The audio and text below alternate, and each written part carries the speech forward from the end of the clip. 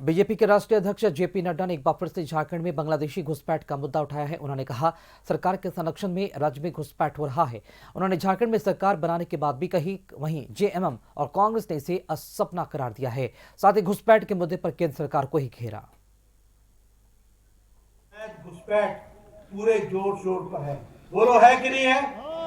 और इसको सरकार का संरक्षण है कि नहीं है? ऐसी सरकार को आगे रहने दोगे क्या? रहने दोगे क्या? आप बताइए। धीरे धीरे आदिवासियों की संख्या घट रही है कि नहीं घट रही है?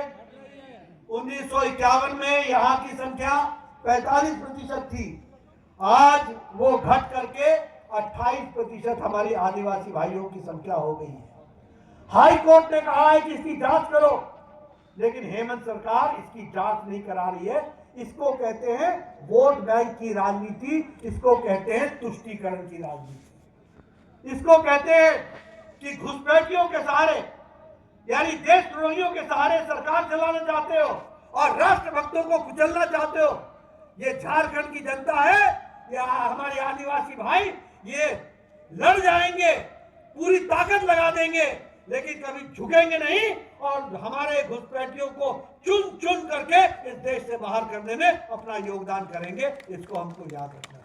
राष्ट्रीय अध्यक्ष नड्डा जी 2 दिवसीय झारखंड दौरे के क्रम में उन्होंने जो बातें कही घुसपैठ को लेकर, भारतीय जनता पार्टी यह मानती है कि झारखंड में जो घुसपैठिए हैं वो निश्चित रूप से डेमोग्राफिक चेंज के लिए एक अहम कारक बन रहे हैं। भले ही सरकार उस पर आंख मूंद कर बैठी हो, सरकार उन चीज़ों की अनदेखी कर रही हो, लेकिन देर सवेर इन बातों को स्वीकारना पड़ेगा कि जिस तरह से बांग्लादेशी घुसपैठिए, खासकर मुस्लिम तबका जो अलग अलग क्षेत्रों में आकर अपना जाल फैला रहा है, यहाँ के लोगों के ही रोजगार पर डाका डाल रहा है, यहाँ के लोगों के संसाधन पर कब्जा कर रहा है।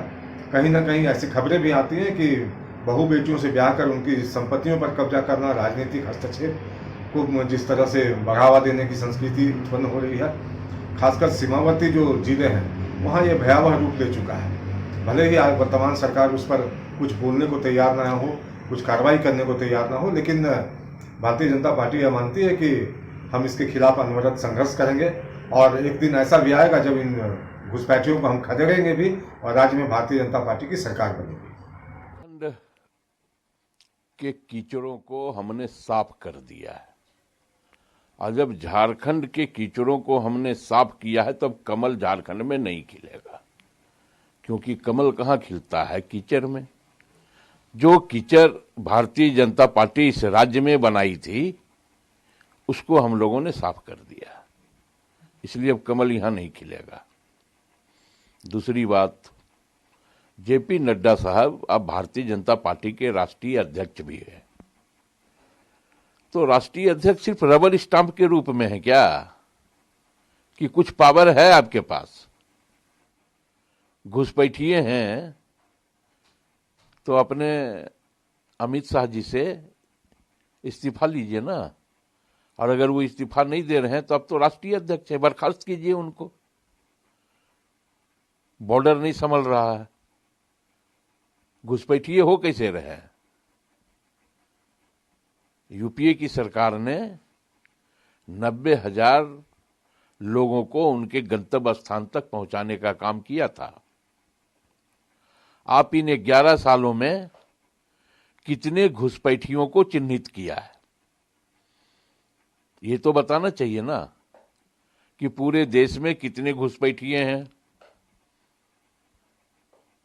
तो इनके पास कोई आंकड़ा नहीं है, अरे ये घुसपैठिए चिल्लाते हैं। इसलिए मैं ये कह रहा हूं कि भारतीय जनता पार्टी अब पूरी तरह इस राज्य से नेस्तनाबूद हो गई है।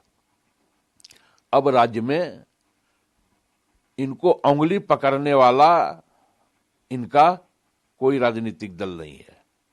चिंता न करें आप, पूरी तरह खत्म हो चुके हैं आप। अब क्या बचा झारखंड में? जितनी सीटें थी उन सीटों में भी कमी आई है, उतनी सीट भी नहीं ला पाए ये। इसलिए मैं कह रहा हूं कि झारखंड के कीचड़ को हम लोगों ने साफ कर दिया।